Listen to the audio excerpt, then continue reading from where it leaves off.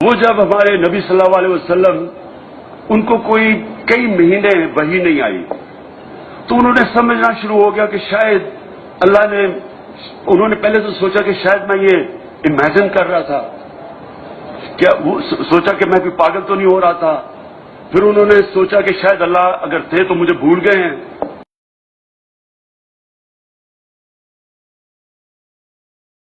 تو انہوں نے سمجھنا شروع ہو گیا کہ شاید اللہ نے، انہوں نے پہلے تو سوچا کہ شاید میں یہ امیجن کر رہا تھا، کیا وہ سوچا کہ میں کوئی پاگل تو نہیں ہو رہا تھا.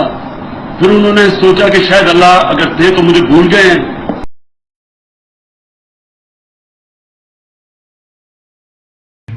اللہ کے حبیب تھے، اللہ قرآن میں کہتا ہے میرے حبیب تھے، لیکن ان کو جب مشکل وقت 10 سال میں صرف 40 لوگ مسلمان ہوئے تھے. کیا کیا مشکلوں کا سامنا نہیں کرنا پڑا، لوگوں نے مذاق اڑایا، ذلیل کیا، آسٹرسائز کیا، لیکن لوگوں نے مذاق اڑایا، ذلیل کیا، آسٹرسائز کیا، لوگوں نے مذاق اڑایا، ذلیل کیا، آسٹرسائز کیا.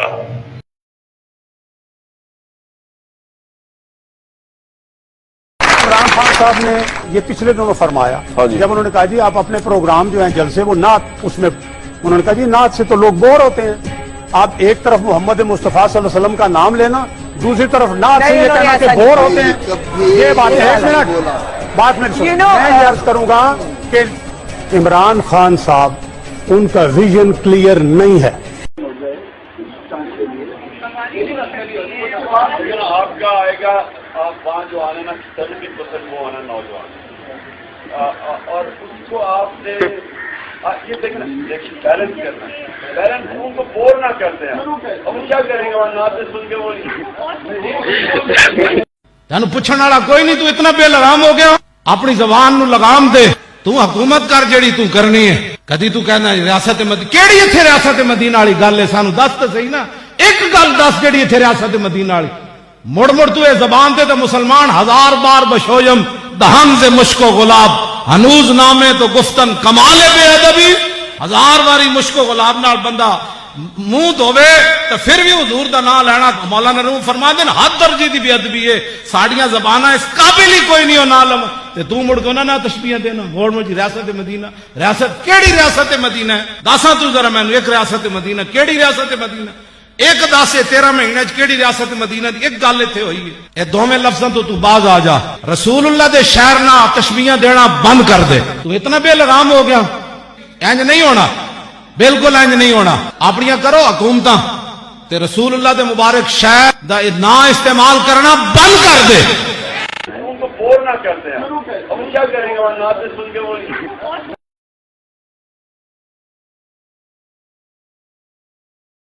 گرمی ہے، خدا نہ خواستہ اگر اللہ نے مجھے دوزخ میں بھیج دیا مجھے گرمی نہیں لگے گی. کوئی اور ادھر گرمی میں کیمپین نہیں کر سکتا تھا.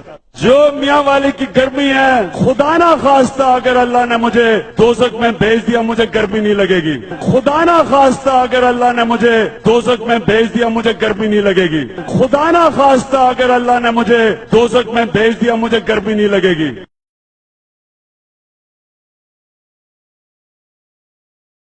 جب جنگ بدر ہوئی تھی تو صرف 313 تھے لڑنے والے، باقی ڈرتے تھے لڑنے کے لیے. 313 تھے لڑنے والے، باقی ڈرتے تھے لڑنے کے لیے.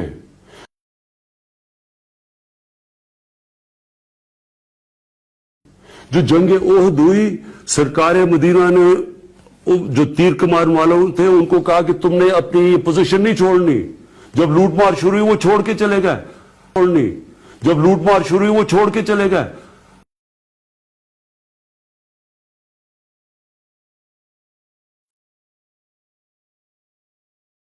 یا تو اللہ مجھے فرشتہ بنا دیتا تو میں کوئی غلطی نہ کرتا، غلطی سے اس نے مجھے انسان بنا دیا. یا تو اللہ مجھے فرشتہ بنا دیتا تو میں کوئی غلطی نہ کرتا، غلطی سے اس نے مجھے انسان بنا دیا.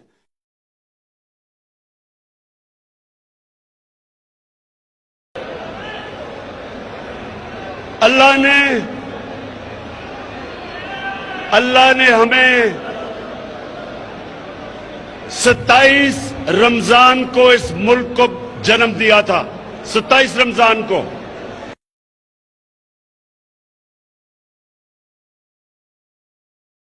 کہ اگر ان کو اللہ نے اس مشکل وقت سے گزارا تو میں سمجھتا تھا کہ اللہ مجھے بھی یہ مشکل وقت سے گزار رہا ہے، میری تیاری کروا رہا ہے، جس طرح اس نے نبی کی تیاری کروائی، میری تیاری کروا رہا ہے جس طرح اس نے نبی کی تیاری کروائی۔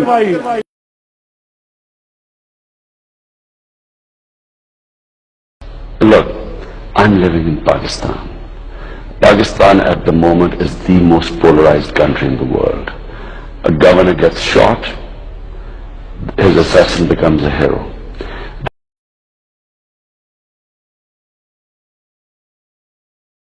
مجھے میرا کوئی ایمان نہیں تھا اللہ میں جس طرح مسلمان ہوتے ہیں جمعے کی نماز پڑھ لی تو کبھی صبح کی نماز، کوئی روزہ رکھ لیا تو پاکستان میں نہیں تو نہیں رکھا، میرا ایمان نہیں تھا اللہ میں تو نہیں رکھا، میرا ایمان نہیں تھا اللہ میں۔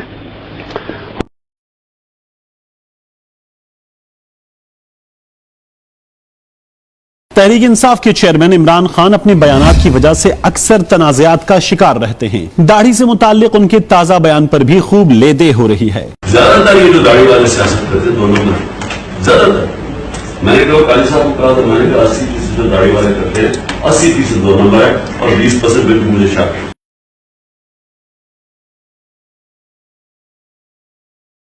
بحیثیت خاتم النبیین، بحیثیت خاتم النبیون، خاتم النبیین، بحیثیت خاتم النبیون، خاتم النبیین،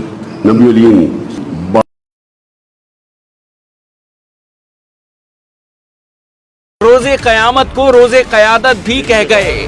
روز قیامت، روز قیادت، روز قیادت، روز قیامت، روز قیامت، روز قیامت۔ اور یہ کہ میں ہر حالت میں